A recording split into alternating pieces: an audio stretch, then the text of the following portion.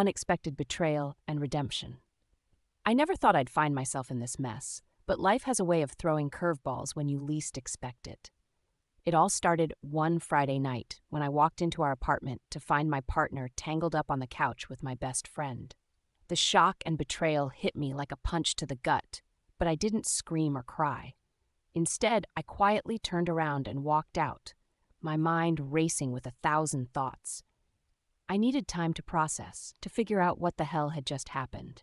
The next day, I confronted them both.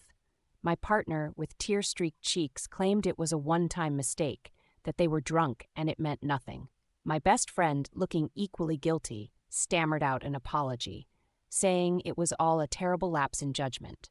But the damage was done. Trust was shattered beyond repair, and the relationship I thought was solid was now crumbling before my eyes.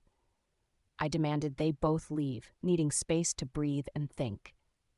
Days turned into weeks, and the silence in the apartment was deafening.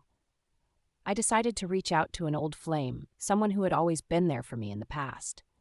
We started meeting up, first for coffee, then for dinners, and soon enough we were spending nights together. It was exhilarating and wrong, but I didn't care.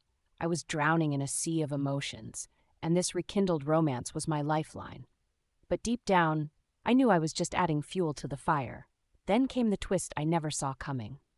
One night, as we lay in bed, my old flame admitted they had been seeing someone else too, someone serious. I was just a fling, a way to spice things up. The revelation hit me like a freight train, and I realized I had become the very thing I despised. Betrayal had circled back, and I was now entangled in a web of deceit of my own making. The internal conflict tore me apart. I was no better than those who had wronged me.